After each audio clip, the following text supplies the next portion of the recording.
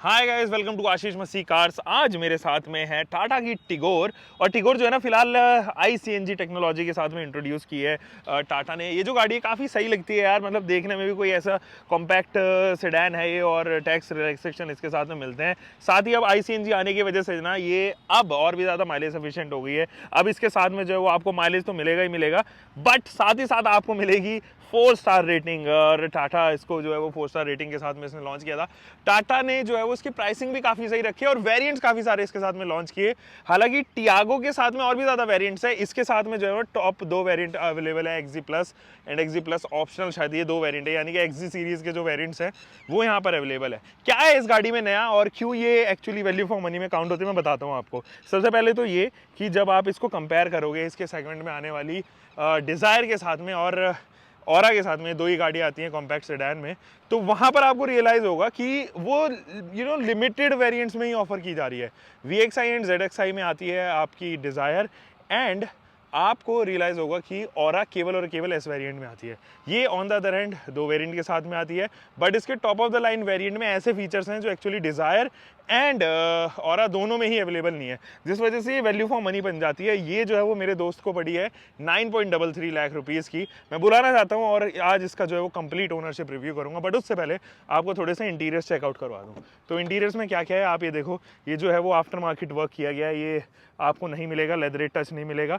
यहाँ पे interiors fit and finish के मामले में काफ़ी कुछ चीज़ें हैं, जैसे कि अगर आप देखें कि यहाँ पर क्रोम का एक्स्ट्रा पार्ट यूज़ किया गया है, हार्मन कार्डन का टच स्क्रीन इंफोटेनमेंट सिस्टम आपको मिलता है। इधर ऑटोमेटिक क्लाइमेट कंट्रोल मिलता है। इधर जो है वो आपको डेड पेडल भी ऑफर किया गया है, एंड यहाँ पर जो है वो steering mounted controls with MID अगर आप देखेंगे तो डिजिटल मिल रही है। और ये कंप्लीट सेटअप जो है वो काफ़ी डिजिटल आपको ऑफर होता हुआ नजर आएगा। यहाँ पर भी जो है वो आपको IRVM दिया गया, बट ये मैनुअल ही है, जो कि आपको उस सेगमेंट में आने वाली जितनी भी गाड़ियाँ उनमें मैनुअली ऑफर किया जाएगा। तो अब जो है वो इसके प्राउड ओनर को बुलाते हैं। बाकी मैंने भी ये गाड़ी जो है वो काफ़ी चलाई है और तकरीबन हमने ये 700-800 किलोमीटर जो है वो चलाई है। अभी ओनर को बुलाने का टाइम आता है। तो हमारे साथ में फिलहाल है owner mister Anshul. Welcome to our channel. Thank you. अच्छा, अंशुल जो है ना actually he is the proud owner of Tigor CNG, और इससे पहले भी जो है ना वो अंशुल एक्चुअली में एक CNG कार ही ओन कर रहे थे, although that was an after market CNG। तो ऑल्टो का परफॉर्मेंस आफ्टर मार्केट और अभी टिगोर का परफॉर्मेंस शुरुआती में कंपनी फिटेड, कैसा एक्सपीरियंस है दोनों में? डिफरेंस मुझे बताओ पहले आप।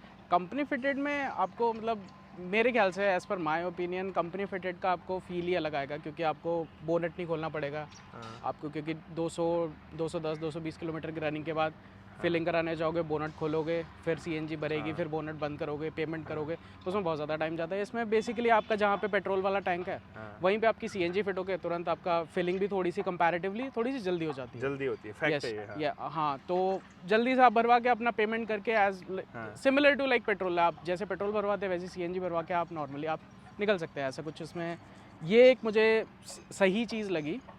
और ड्रॉबैक कुछ लगा ऐसा कि मैंने एक्चुअली कंपनी फिटेड CNG ली तो कुछ ड्रॉबैक लगा कि शायद ये ड्रॉबैक है? एक्चुअली मारुति के इंजन ऐसा मैंने सुना है, मतलब I am not very sure.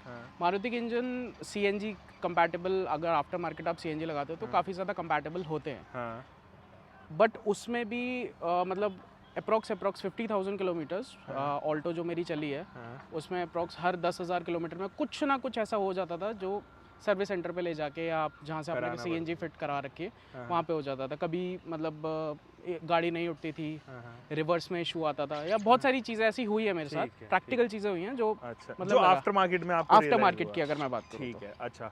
और इसके अलावा तो कुछ नहीं? इसके अलावा ऐसा कुछ नहीं। अच्छा, चलो ठीक है। अंशुल ये बताओ कि आपके पास में ऑल्टो CNG ऑलरेडी थी, तो एक और CNG प्रोडक्ट पे आना क्या समझदारी थी? किस लिए आपको आना पड़ा दोबारा से CNG पे? एक्चुअली पहले मैंने अल्ट्रोज डीजल बुक कराई थी।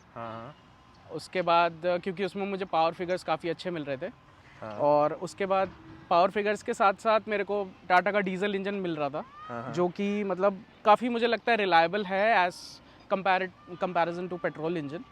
तो मैंने पहले उसे ऑप्ट किया था, बट मेरा बजट उस टाइम 8-8.5 लाख तक का ही था कि मैं 8-8.5 लाख में मुझे लेनी है। तो अल्ट्रोज XC बुक कराने के बाद मतलब मैंने काफ़ी सारे फ्रेंड से कंसल्ट किया, काफ़ी प्राइसेस भी हाइक हुए, बहुत सारी चीज़ें होने के बाद फिर मैंने फाइनली ये डिसीजन उसको कैंसिल करा के टिगोर XZ प्लस, जो इसका top of the line variant है, CNG में मैंने इसे बुक कराया था। अच्छा, क्या फ्यूल प्राइसेस भी एक कंसर्न था कि यार बहुत ज़्यादा फ्यूल प्राइसेस, क्योंकि 90-95 के आसपास ही डीजल भी चल रहा है, तो अगर आप डीजल भी कंसिडर करोगे तो भी वो महंगी ही पड़ रही है। यस, तो क्या ये कंसिडरेशन था कभी भी? कंसिडरेशन सबसे बड़ा पॉइंट मतलब चेंज करने का मेरा यही था, क्योंकि फ्यूल प्राइसेस इंक्रीज़ काफ़ी ज़्यादा हो गए। उसके बाद मेरी रनिंग अप्रॉक्स 110 किलोमीटर्स अप्रॉक्स थी। हाँ। अब Daily? मैं 20,000 किलोमीटर चला के अपना जो भी मतलब इसमें अगर आप अप्रॉक्स मार्जिन लगाए तो 1 लाख रुपए इसमें CNG के एक्स्ट्रा दिए मैंने। हाँ अप्रॉक्स हाँ, बिल्कुल। अगर मैं इसे 20,000 किलोमीटर चल जाता हूँ तो वो मेरी कॉस्टिंग निकल जाएगी। 20,000 से 30,000 किलोमीटर के अगर मैं बीच चलाता हूँ इसे, तो वो मेरी कॉस्टिंग निकल जाएगी, और जो कि मैं मानता हूँ कि आने वाले 1.5-2 साल में मैं वो कवर अप कर लूँगा। उसके बाद फिर मेरे को फ्यूल एफिशिएंट और बाकी सारी चीज़ें इसमें लगता है कि मेरे को काफ़ी ज़्यादा सस्ती पड़ेगी है, और पड़ने भी वाली है। ठीक है। ऊपर से इसका पेट्रोल इंजन है, तो 15 साल मुझे इसकी दिल्ली Advantage NCR में, मिल हाँ, जाएगा, और मेरे को रीलोकेट भी होने का ऐसा कुछ है नहीं।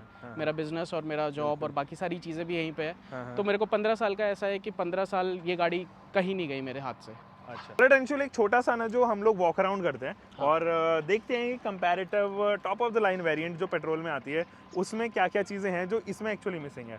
तो देखो, कुछ भी ज़्यादा चीज़ें एक्चुअली मिसिंग नहीं है। आपको क्या लगता है क्या चीज़ की कमी रह गई है इस गाड़ी के अंदर? क्योंकि यहाँ पे आपको प्रोजेक्टेड मिलते हैं, LED DRL मिलते हैं, फॉग लैम्प यूनिट मिलता है, बॉडी कलर्ड आपको हैंडल बार वगैरह सब चीज़ तो ऑफर ही कर दी गई है। हाँ। क्या चीज़ कुछ लगा कि मिसिंग है इसमें बेसिकली स्टील रिम बेसिकली इसे कहा Steel जाता rim, है। हाँ, हाँ, correct. स्टील रिम कहा जाता है। हाँ। इसमें अलॉयज़ नहीं है। मैंने मतलब काफ़ी रिसर्च करी इसमें अलॉयज़ क्यों नहीं है, तो कंपनी ऐसा क्लेम करती है कि मतलब 1 किलोमीटर पर किलो CNG पे आपका मतलब एवरेज का बेसिकली इसमें ऐसा बोला है कंपनी ने कि एवरेज की वजह से इसमें स्टील मतलब ये स्टेटमेंट आपने कहाँ से सुना?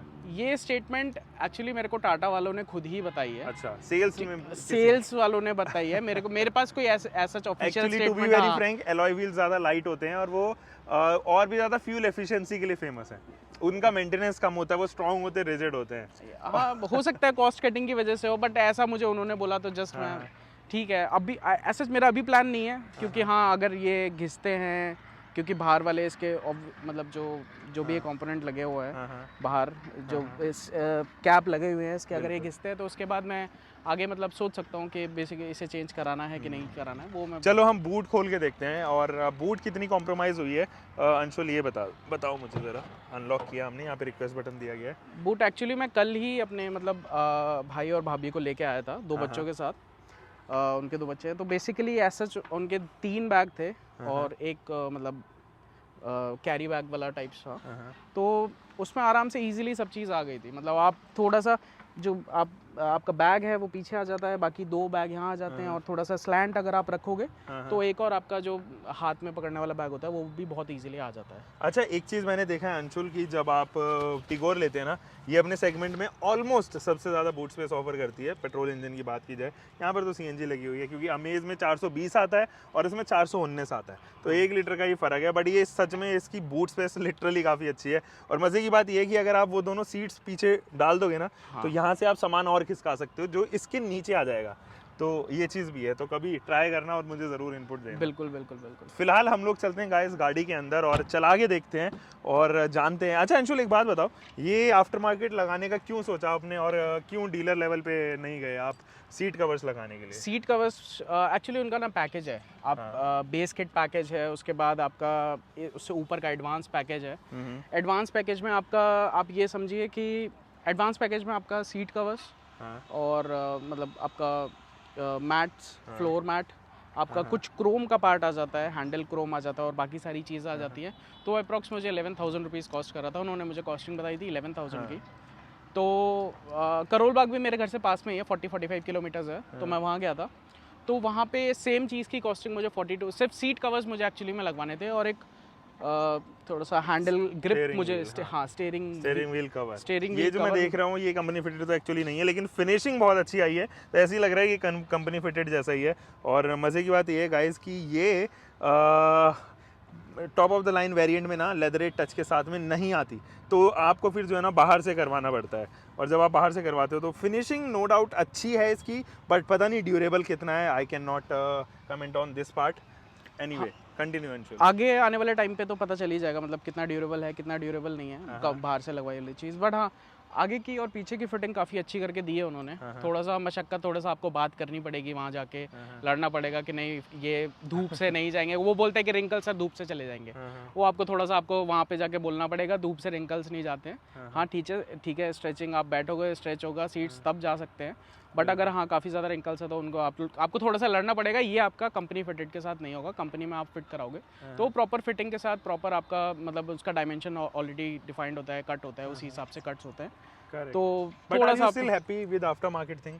After market steering cover yes, seat covers front के यस, बट बैक में थोड़ी सी फिनिशिंग के इशू है, वो आने वाले टाइम पे मैं ठीक करा लूँगा। लेट मी चेक, अगर पीछे की फिनिशिंग देखी जाए तो कैसी आई है।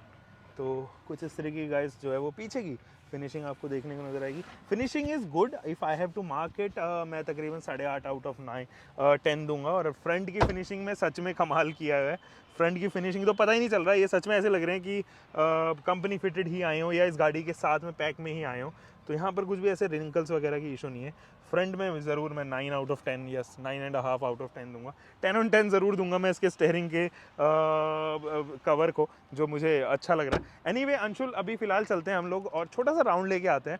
मीनवाइल हम लोग माइलेज वगैरह और इसकी ड्राइव एक्सपीरियंस, ड्राइव क्वालिटी, ये सब चीज़ें डिस्कस करते हैं। तो गाइस हम लोग आ चुके हैं फ़िलहाल टिगोर के अंदर, टिगोर ICNG टेक्नोलॉजी, और Anshul is the proud owner. Anshul, मुझे ये बताओ कि ड्राइविंग प्लेजर आपको इस गाड़ी का कैसा लग रहा है चलाने में, क्योंकि आपने ऑल्टो ओन की है एंड हम लोग अक्सर जो है ना वो छोटी मोटी ट्रिप्स पे जाते रहते हैं। तो उन गाड़ियों को लेके अगर आप CNG से कंपेयर करें, specially for a compact sedan, तब आपको कैसा इसकी जो है वो ड्राइविंग प्लेजर लग रहा है? CNG लॉन्ग ट्रिप पे हम लोग अगर देखा जाए तो मैं सिर्फ स्विफ्ट लेके गया हूँ और अप्रॉक्स मैंने 15 to 1600 किलोमीटर्स उसमें कवर किए हैं।